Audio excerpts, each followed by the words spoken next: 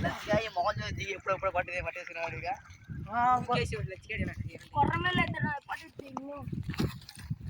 పెట్టు దెబ్బ అంత కొరతలా కదా ఇంకా పడిన మోల్ వచ్చింది ఇబ్బంది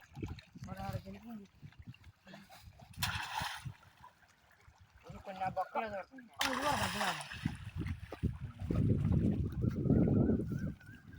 అయ్యా నా వాళ్ళు మొత్తం నచ్చిగా ఈ చేపలు మాయంట